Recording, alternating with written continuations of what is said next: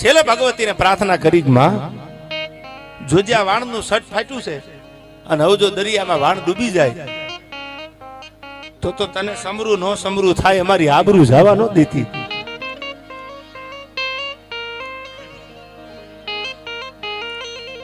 તેથી ભગવતી ભેળિયા વાળી આવી અને જે વાણનું સટ ફાટ્યું હતું એ વાવાઝોડાને થાળે પાડી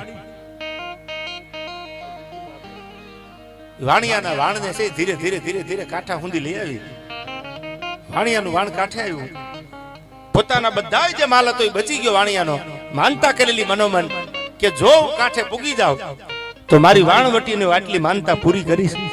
એ વાતને 1 મહિનો 2 મહિના 3 મહિના 4 મહિના 6 મહિના વ્યા ગયા, 8 મહિના વ્યા ગયા, 12 મહિના વ્યા ગયા, માનતા પૂરી ન કરી.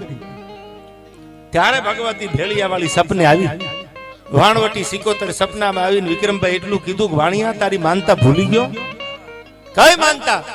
કે તારું વાણ જેથી દરિયામાં ડોટે ચડ્યું તું, જેથી સડ ફાટ્યું તેથી પવનને બેહારીને તારા વાણને કાંઠા સુધી પુગાડવા હું વાણવટી ભેળી હાલી. અટાણે માનતા ભૂલી ગયો. ત્યારે વાણિયાએ કીધું કે માઈ તે નથી કાઢ્યું મારા વાણને. મારા વાણને કાઢવા વાળો તો મારો પાર્શ્વનાથ વાળો ભગવાન હતો. તે નથી કાઢ્યું મારા વાણને, એ તો ભગવાને કાઢ્યું મારા ભગવાને. તેથી વાણવટી સિકોતર એટલું બોલી તો હવે સાંભળી લે વાણિયા, તારા પાર્શ્વનાથ ભગવાનના પાણા કેના છે?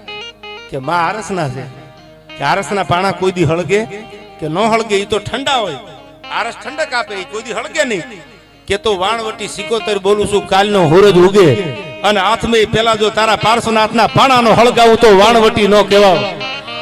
આ ભગવતી છે. તૂટે તો દિયે દીકરા અને રૂઠે તો લીએ રાજ. બાપુ વગાડો. જો રાજી થઈ જાય